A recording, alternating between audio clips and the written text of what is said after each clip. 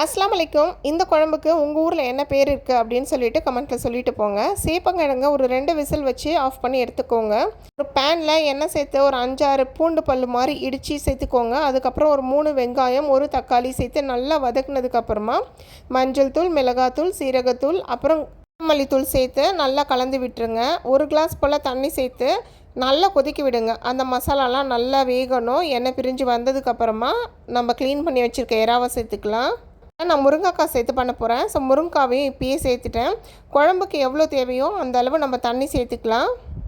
2 whistle விட்டு of பண்ணிங்கன்னா இந்த அளவில் வெந்திருக்கும். இதை அப்படியே நம்ம குழம்புல சேர்த்துக்கலாம். பாதி முருங்கைக்காய் வெந்ததுக்கப்புறமா சேர்த்து நல்லா கொஞ்சம் கொதிக்க விட்டதுக்கப்புறமா தேங்காய் அரைச்சி இந்த குழம்பு கூட சேர்த்துக்கோங்க. முருங்கைக்காய் வெந்ததுக்கப்புறமா ஒரு 5-10 நிமிஷத்தில் குழம்பு ஆஃப் பண்ணிட்டிங்கன்னா சூப்பரான டேஸ்ட்டில் ஒரு மிட்டாசாலாம் ரெடி. சாப்பாட்டுக்கும் அதே போல் டிஃபனுக்கு, தோசைக்குமே செம்ம அல்டிமேட்டாக இருக்கும்.